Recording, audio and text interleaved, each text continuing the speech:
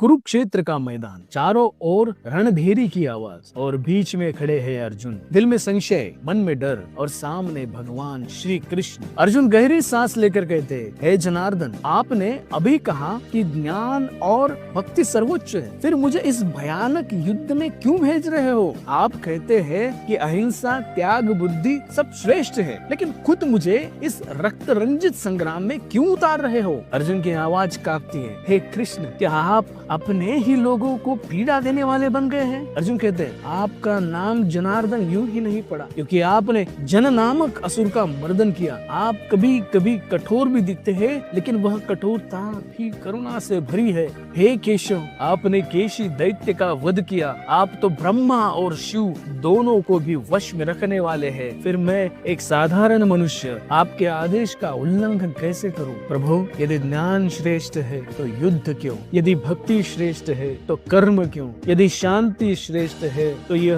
रणभूमि क्यों? हे कृष्ण, अब मेरी बुद्धि भ्रमित हो रही है। एक बार, सिर्फ एक बार स्पष्ट कह दीजिए कि कौन सा मार्ग मेरे कल्याण करेगा, ज्ञान या कर्म? और यही से शुरू होता है कर्मयोग का महान रहस्य। तो जुड़े ही रहिए